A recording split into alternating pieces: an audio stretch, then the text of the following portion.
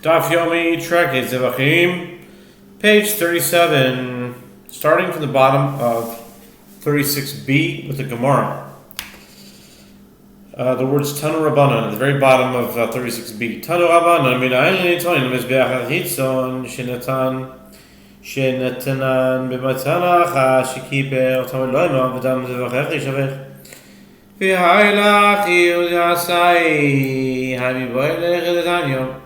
The sages taught in a Braita, from where is it derived with regard to those offerings whose blood is placed on the external altar, that if the priest placed the blood with one placement, he facilitated atonement? The verse states, "And the blood of your offerings shall be poured upon the altar of the Lord your God," Deuteronomy 12:27, indicating that a single pouring of blood suffices. The Gemara asks, but does this verse come to teach this halacha? The verse is necessary for that which is taught in another Braita discussing a different matter.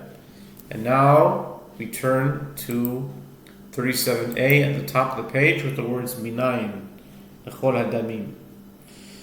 Minayin, Nechol Hadamim, Shetulim Matan Dam Liyasod. Talmud Lo Amar, V'dam Zevachim Yishavech. נפקלה מדרבי דתניא רבי אומר ויניש בדם ימצא שאין תמוד לו בה בדם לומר תמוד לו בה בדם. From where is it derived that all the blood that is left over from an offering after the requisite placement requires placement of blood on the base of the altar? The verse states, "And the blood of your offerings shall be poured upon the altar of the Lord your God." Deuteronomy 12:27. The Gemara answers, the Tana of the first Braita derives this from the verse cited by Rabbi Yehuda Hanasi, as it is taught in a Braita.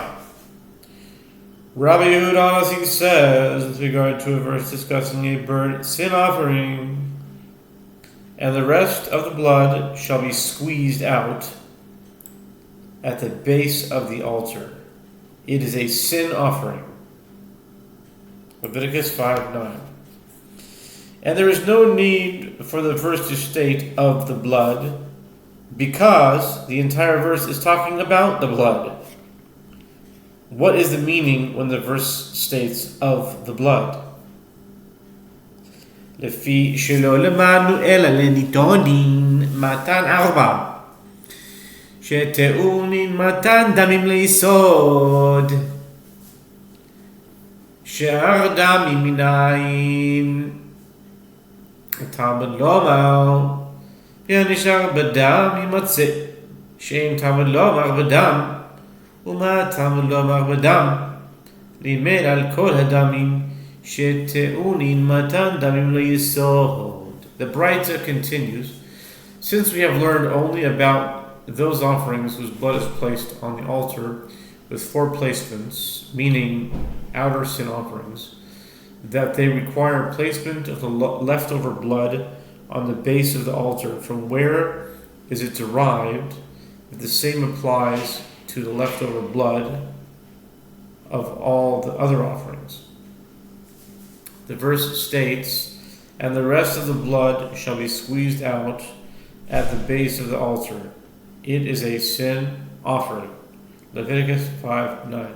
Since there is no need for the verse to state "of the blood," because the entire verse is talking about the blood, what is the meaning when the verse states "of the blood"? This teaches that all the leftover blood from the offerings requires placement of blood on the base of the altar. Ve'akati lehachi hu di'asai boile lechiritanya minayin lenitonim b'zerika shenasam b'sheficha yatzat avodama v'dam zevachech yishavech.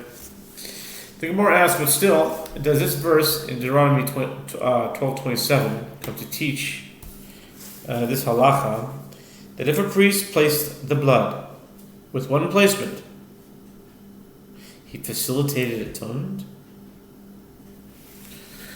That verse is necessary for that which is taught in a Braita. From where is it derived with regard to those offerings whose blood is supposed to be placed by means of sprinkling from a certain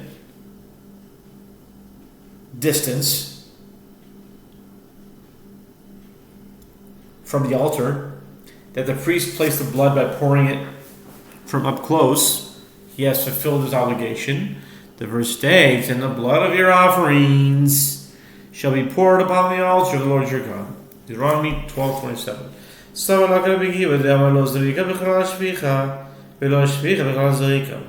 The Gemara answers that the ruling in this Braita is in accordance with the opinion of Rabbi Yishmael, while the Tana of the earlier Braita holds in accordance with the opinion of Rabbi Akiva, who says sprinkling is not included in pouring, and similarly pouring is not included in sprinkling.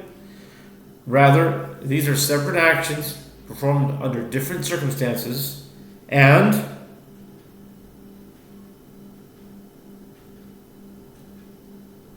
one does not fulfill his obligation to sprinkle the blood by pouring it.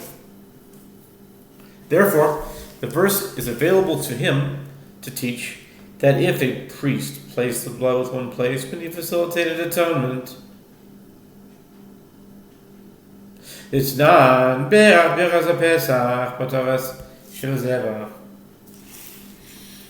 Gemara demonstrates that this is the opinion of Rabbi Akiva. This is, as we learned in the Mishnah, in Zevachim 121a. If one recited the blessing over the Paschal offering, which is, who sanctified us with his mitzvot and commanded us to eat the Paschal offering, he has also exempted himself from reciting a blessing over the festival peace offering, meaning the peace offering that is eaten together with the Paschal offering. The blessing for the festival peace offering of the 14th of Nisan is, who sanctified us with his mitzvot and commanded us to eat the offering. Shem Zevach Lo Patar Pesach Divrei Rabbi Yishmael. If he recited the blessing over the festival offering, he has not exempted himself from reciting a blessing over the Paschal offering. This is the statement of Rabbi Yishmael.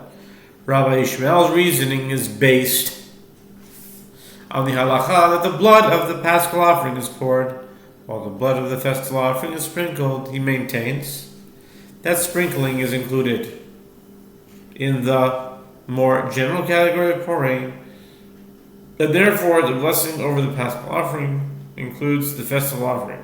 Pouring is not included in the more limited category of sprinkling, and therefore reciting the blessing over the festival offering does not exempt one from reciting a blessing over the Paschal offering. Rabbi Akiva Omer, Lo zo potere zo, velo zo potere zo. The Mishnah continues. Rabbi Akiva says this blessing does not exempt one from reciting a blessing over that one, and that blessing does not exempt one from reciting a blessing over this one. Sprinkling is not included in pouring, and pouring is not included in sprinkling. Therefore, there is a separate blessing for each offering.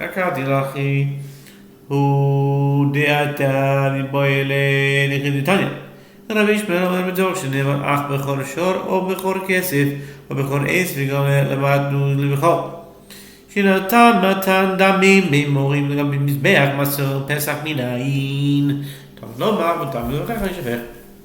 The Gemara asks still, does this verse in Deuteronomy 12:27 come to teach this halacha that if a priest placed the blood with one place when he facilitated atonement, the verse is necessary for that which is taught in the Braita? Rabbi Yishmael says, since it is stated, but the firstborn of a bull, or the firstborn of a sheep, or the firstborn of a goat, you shall not redeem. They are sacred. You shall sprinkle their blood upon the altar, and burn their fat for an offering made by fire, for an aroma pleasing to the Lord. Numbers 18:17. We learn with regard to a firstborn animal, which must be given to a priest to be offered on the altar in the temple, that it requires placement of its blood and sacrificial portions on the altar. From where is it derived that the same applies to the animal tithe offering and Paschal offering? The verse states, and the blood of your offerings shall be poured upon the altar of the Lord your God. Deuteronomy 12:27. This verse teaches that all the offerings require placement of their blood on the altar. So, the Gemara answers that the Tana of the Mishnah derives from Deuteronomy 12:27. If a priest placed the blood with one place, many officials did his atonement, holds in accordance with the opinion of Rabbi Yossi Glili. Rabbi Yossi Haglili maintains that the halacha, that the blood and sacrificial parts of an animal, tithe, offering, and paschal offering must be placed on the altar. It is derived from the aforementioned verse concerning a firstborn animal. You shall sprinkle their blood upon the altar and shall burn their fat for an offering made by fire, for an aroma pleasing to the Lord. Numbers 18:17. The Tanya Rabbi Yossi Gliliana, Damo lo nema ela damam, Chelbo lo nema ela chelbam, limed al bechol maseh pesach shetaun matan damim. This is as is taught in Brighton. That Rabbi Yossi Glili says it is not stated in this verse its blood, rather their blood. Similarly, it is not stated its fat, but rather their fat. The plural form teaches with regard to the firstborn animal, which is mentioned explicitly in the verse, as well as with regard to the animal tithe offering and the paschal offering, which have a level of sanctity similar to that of a firstborn animal, that each requires placement of blood and sacrificial portions on the altar. Rabbi Ishmael, Lachi, the Gemara asks, but does Rabbi Ishmael derive one halacha from this verse and then derive another halacha from the same verse? It was stated earlier that Rabbi Ishmael derives from the verse, and the blood of your offerings shall be poured. That sprinkling is included in pouring, and yet here he derives from that same verse that the blood of an offering, tithe offering, and that of a paschal offering must be presented on the altar. The Gemara answers, these are the opinions of two Tanaim, each of whom expressed his opinion in accordance with the opinion of Rabbi Ishmael. The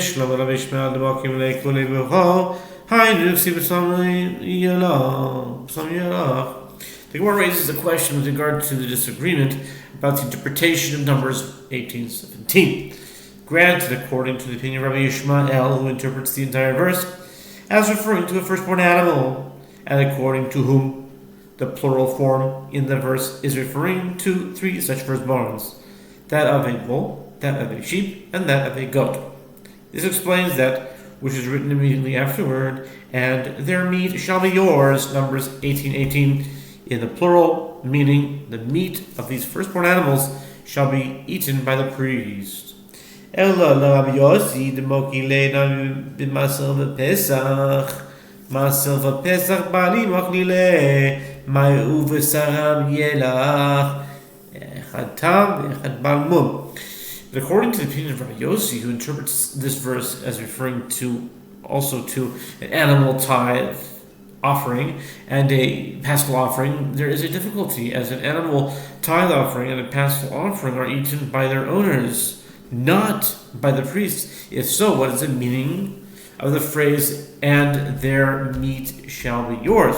The Gemara answers that the plural term, their meat, is referring not to an animal tithe offering of a paschal offering, but to different types of firstborns, meaning both an unblemished animal and whose blood is poured on the altar, and a blemished one which is not brought as an offering on the altar.